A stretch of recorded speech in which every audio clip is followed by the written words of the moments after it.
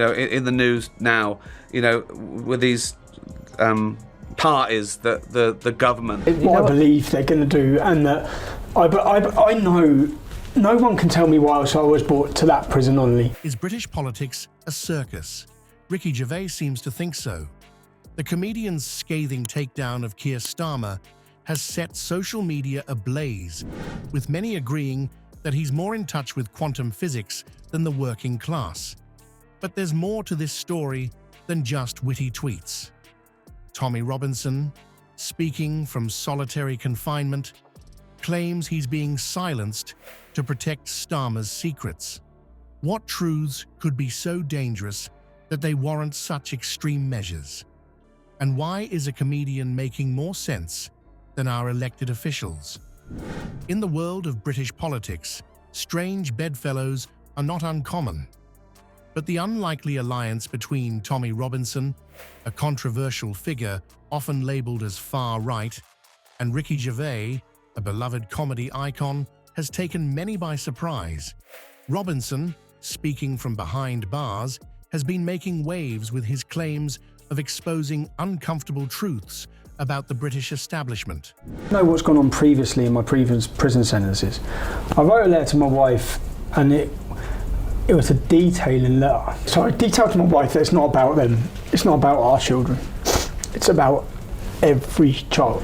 Meanwhile, Gervais, known for his acerbic wit and no-holds-barred comedy, has inadvertently become a powerful voice in this political drama. Gervais' entry into this fray wasn't planned, but his razor-sharp commentary has become a weapon in a battle he never signed up for.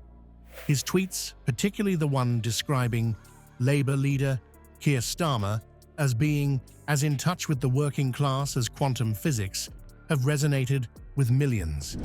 This simple yet cutting remark has done more to shape public discourse than countless political speeches and debates. The power of comedy in political discourse shouldn't be underestimated. While parliamentarians argue and posture, it's often a well-timed joke that cuts through the noise and reaches the public. Gervais' ability to distill complex political issues into biting one-liners has forced many to reconsider their views on political authenticity and representation.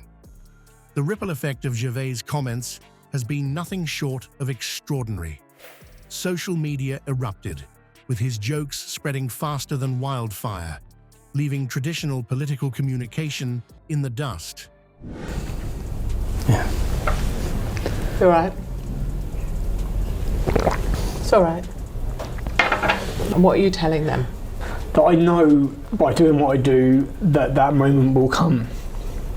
And this digital storm forced mainstream media to confront uncomfortable questions about political integrity and the disconnect between leaders and the people they claim to represent.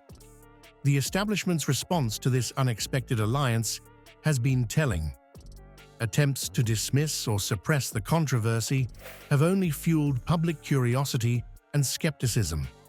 The Labour Party's efforts to brush off Robinson's claims as baseless have backfired, with many seeing their response as evasive rather than reassuring.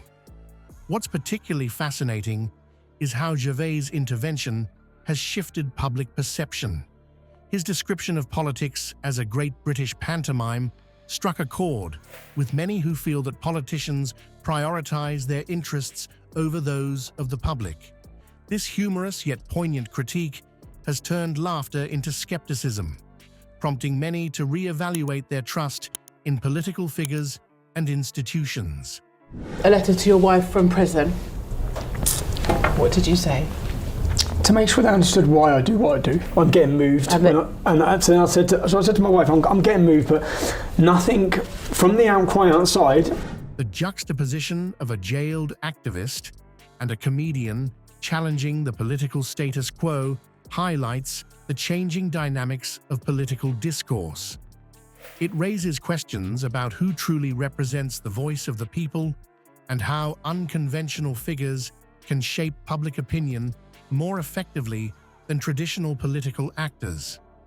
As the spotlight shifts from Gervais's comedic jabs to a more somber chapter in Labour's story, Keir Starmer's past as Director of Public Prosecutions takes centre stage. It's not till now I just go, why do we trust them? Of course we shouldn't trust the people in charge. That's how they're in charge. People in charge were breaking the rules, having these parties in their lovely garden. What was once hailed as a crowning achievement in his career now threatens to become his Achilles heel.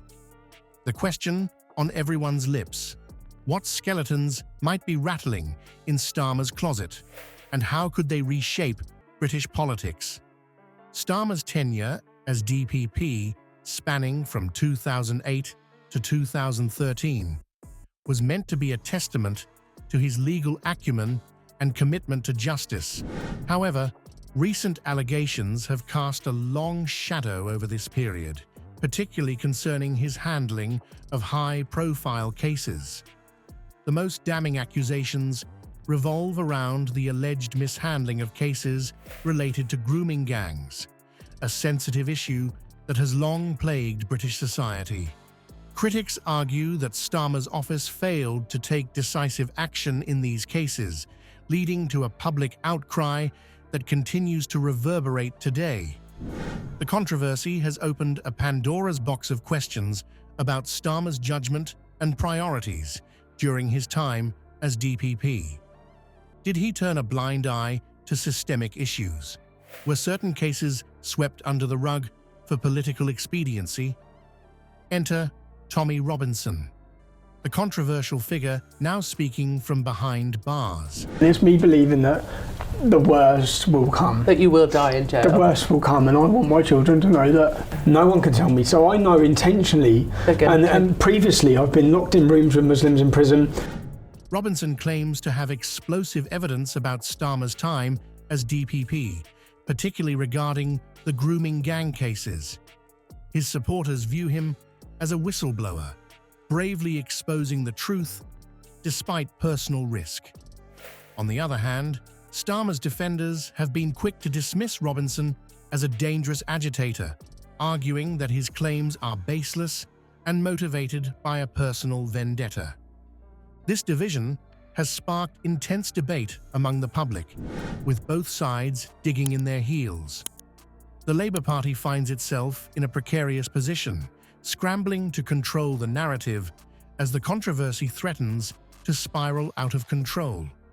Their response, criticised by some political analysts as inadequate, has only added fuel to the fire. The media's role in shaping Starmer's image has come under scrutiny as well. How much attention did these alleged missteps receive at the time? Are we witnessing a case of delayed accountability, or is this simply a politically motivated smear campaign? Regardless of the truth behind Robinson's claims, the impact on public perception is undeniable. You know, in the news now, you know, with these parties that the government... What I believe they're going to do, and that I know no one can tell me why I was brought to that prison only. Polls indicate a growing concern among voters regarding Starmer's past, suggesting a potential shift in voter sentiment. Many are questioning whether his record as DPP is as spotless as Labour wants people to believe. The once unassailable image of Starmer as a principled legal mind is showing cracks, and his political opponents are all too eager to widen them. As the dust settles on this latest political whirlwind, we're left with more questions than answers. The unlikely alliance between Tommy Robinson and Ricky Gervais has exposed the fragility of Britain's political establishment. But haven't we been here before? The UK's history is littered with scandals that promise to change everything, only to fade into obscurity. Remember the expenses scandal? MPs were caught with their hands in the cookie jar, and we all thought it would usher in a new era of transparency. Fast forward a few years, and it's business as usual in Westminster. The phone hacking scandal was supposed to clean up journalism, but here we are, still questioning the ethics of our media. So, what makes this time different? Is it the power of social media to amplify voices like Robinson's?